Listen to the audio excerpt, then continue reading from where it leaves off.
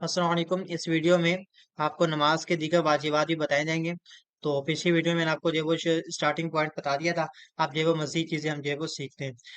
इसमें क्या है कि फर्ज और वितर और सुन्नत सुन्नत कहते हैं, सुन्नत जो हम नमाज पढ़ते हैं।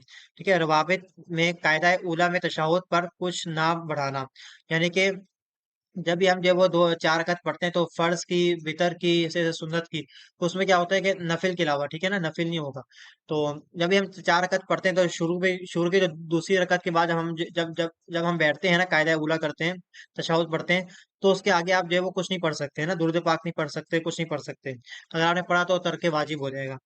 इसी तरह दोनों कायदों में पूरा तशहुद पढ़ना, यानी कि शुरू वाला कायदा जो दो रकात के बाद होता है, सीधा आखिरी वाला कायदा जो होता है, तो उन दोनों के दरमियान जो दोनों में जो तशहुद पूरा पढ़ना जरूरी है। ठीक है, यूं ही जितने कायदे करने पड़े सब में पूरा तशहुद वाजिब है। एक लफ्ज भी अगर छोड़ेगा तर्क वाजिब होगा, यानी कि जब भी आप कायदा करेंगे तो पूरा तशहुद पढ़ना पड़ेगा, ये याद रखिएगा।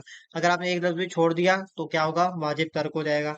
इसी तरह लफ्ज अस्सलाम दो बार और लफ्ज अलैकुम वाजिब नहीं, यानी कि अगर हम जो है वो सलाम करते हैं ना तो अस्सलाम, ठीक है, तो ये हम जो करते हैं तो ये क्या है, वाजिब है। लेकिन अलैकुम जो है वो ये वाजिब नहीं है। ठीक है, हम लोग जब नमाज खत्म करते हैं तो अस्सलाम वालेकुम कहते हैं ना, तो ये तो अस्सलाम हुआ ना, तो ये क्या है, वाजिब है।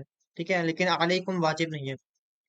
उसके बाद क्या है कि वितर में दुआए कुनूत पढ़ना, ये तो सबको पता है कि दुआए कुनूत पढ़ना वाजिब होता है, और आमतौर पर ये पता है सबको कि भाई अगर ये जो है वो तर्क हो जाए तो क्या होगा, सजा साहब होगा। तो लेकिन ये कि अगर गलती से किया तो ही सजा साहब करेंगे।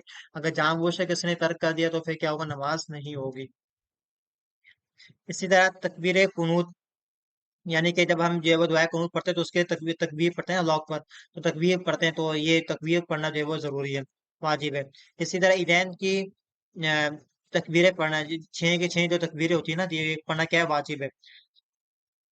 इसी तरह जो है वो ईदैन में दूसरी रकअत की तकबीर, रुकू और इस तकबीर के लिए लफ्ज अल्लाह अकबर होना, यानी कि जब हम ईद की नमाज पढ़ते हैं तो दूसरी रकअत में हम जो है वो रुकू से पहले जो है वो क्या करते हैं कि हम जो है वो रुकू से पहले आप तकबीरें पढ़ते हैं ना, तो ये तकबीर, तो रुकू की जो तकबीर है ये वाजिब है, ठीक है, जरूरी है। रुकू की तकबीर वैसे तो सुन्नत है, याद रखिएगा, वैसे जो है फॉर एग्जाम्पल अगर आप सजा करने जा रहे हैं, ठीक है, तो आपने अल्लाह अकबर कहा, तो क्या ये सुन्नत है। इसी तरह आप नमाज पढ़ें तो आपने क़याम के बाद रुकू किया तो अल्लाह अकबर कहा, तो क्या होगा, ये सुन्नत है। लेकिन ईद में क्या होगा कि जब दूसरी रकअत है, दूसरी रकअत उसमें जब आप रुकू में जाएंगे तो रुकू में जाने के लिए जो तकबीर कही जाती है ना, वो वाजिब है। ठीक है, इसको याद रखिएगा। इसी तरह इस तकबीर के लिए अल्लाह अकबर, लफ्ज अल्लाह अकबर होना, तो ये इस तकबीर के लिए तो ये क्या होगा, वाजिब होगा। इसी तरह जहरी नमाज में इमाम को जहर से किरात करना, ठीक है, गैर जहरे में आहिस्ता, यानी कि जहरी नमाज में, यानी कि आवाज हम ऊंची आवाज से पढ़ते हैं ना, जिसमें मगरिब में, फजर में और इशा में हम पढ़ते हैं, तो इमाम को ऊंची आवाज से पढ़ना जरूरी होगा। इसी तरह गैर जहर में आहिस्ता, यानी कि आहिस्ता पढ़ना जरूरी होगा। अब ऐसा नहीं कि असर में आपने जो है वो ऊंची आवाज से पढ़ लिए, तो ऐसा भी नहीं है। हर वाजिब व फर्ज का इसकी जगह पर होना, यानी कि जो भी वाजिब है, जो भी फर्ज है, इसकी जगह पर होना। फॉर एग्जाम्पल आपने जो है वो यूं समझ लें कि क्या मैं अभी सूरत मिलाना और सूरत फातिहा पढ़ना, उसके बाद सूरत मिलाना, तो ये क्या वाजिब है। अब आपने आगे पीछे कर दिया तो वाजिब तर्क हो जाएगा। इसी तरह जो है फर्ज है, दो सजदे करना क्या है, फर्ज है। ठीक है, अगर आपने एक सजदा किया उसके बाद खड़े हो गए, तो क्या होगा कि आपने उसकी तशाहुद, या तो आप जो है वो तर्क वाजिब हो गया, आपने जो है वो अगली रकत में तीन सजदे कर लेने, या फिर जो है वो आखिर में जो है वो तीन सजदे कर लेने, अगर आपने एक एक फर्ज जो है वो छोड़ दिया गलती से। तो लेकिन जो है वो आपने क्या क्या करना है कि उसमें आपने अतहियात के बाद सजदा साफ करना पड़ेगा आपको। तो बाकी ये सारी जो मसाइल हैं ये भी मैं आपको जो है वो थोड़े से इस वीडियो में बता दूं, तो बाकी नेक्स्ट वीडियो में आपको बता दूंगा। इसी तरह रुकू का हर रकत में एक ही बार पढ़ना, ये एक ही बार होना, यानी कि जब भी आप रुकू करते हैं तो एक ही बार करते हैं ना, तो ये क्या है, ये भी वाजिब है कि एक ही बार रुकू करना है, ऐसा नहीं कि दो बार आपने कर लिया। इसी तरह सुजूद का दो ही बार होना, अभी मैंने आपको बताया कि सजदा जो है दो ही बार होना जरूरी है। अगर आपने गलती से एक कर लिया, उसके बाद जो है वो एक रकत में, वैसे सजा करना तो फर्ज है, लेकिन एक रकत में दो बार करना क्या है, ये जरूरी है ना। अब आपने क्या होगा कि अगर आपने एक सजा किया, दूसरा सजा नहीं किया, गलती से भूल गए, तो आपने नेक्स्ट जो है वो रकत में आपको एक और सजा करना होगा। लेकिन क्या है, मतलब वाजिब तर्क हो गया, क्योंकि दो सजा करना होते हैं, वाजिब तर्क हो गया। अब क्या होगा कि आपने आखिर में सजा सर्व भी करना पड़ेगा।